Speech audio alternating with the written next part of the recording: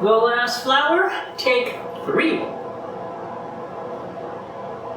I'm Hannah, and I'll be reading The Last Flower by James Thurber, written in 1939, the first year of the Second World War in Europe. World War XII, as everybody knows, brought about the collapse of civilization. Towns, cities, and villages disappeared from the earth. All the groves and forests were destroyed, and all the gardens and all the works of art.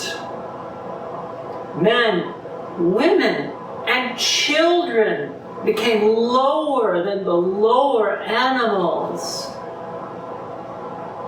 Discouraged and disillusioned, dogs deserted their fallen masters.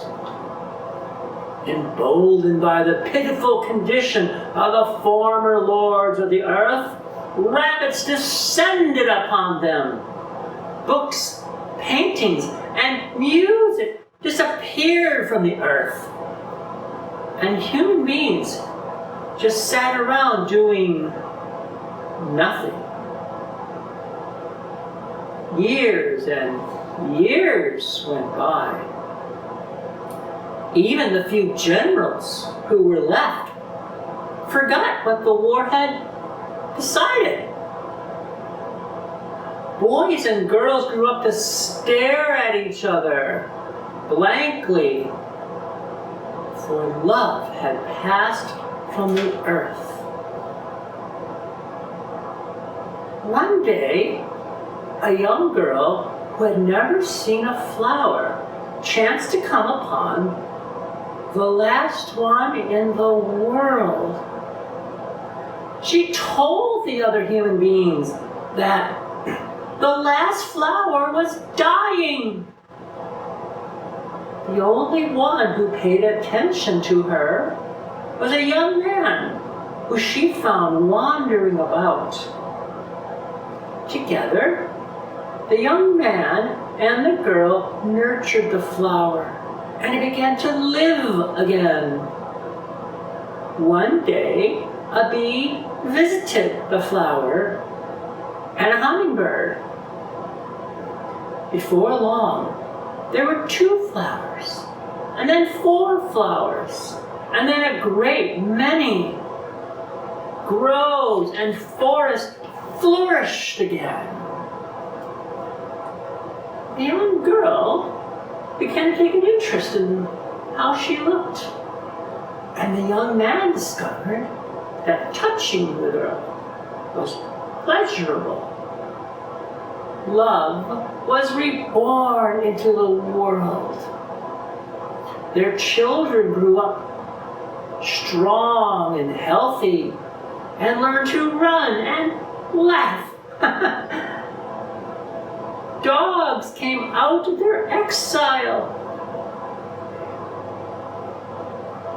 The young man discovered, by putting one stone upon another, how to build a shelter. Pretty soon, everybody was building shelters. Towns, cities, and villages sprang up. Song came back into the world. And troubadours, and jugglers, tailors, cobblers, painters, poets, and sculptors, and wheelwrights, and soldiers, and lieutenants, and captains, and generals, and major generals, and liberators.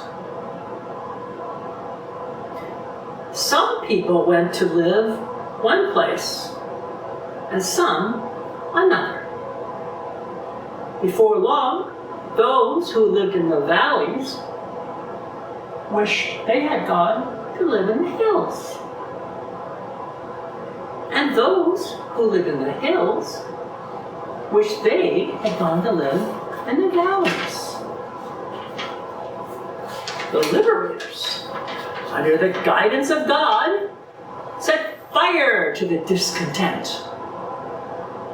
So presently, the world was at war again. This time, the destruction was so complete that nothing at all was left in the world except one man and one woman and one flower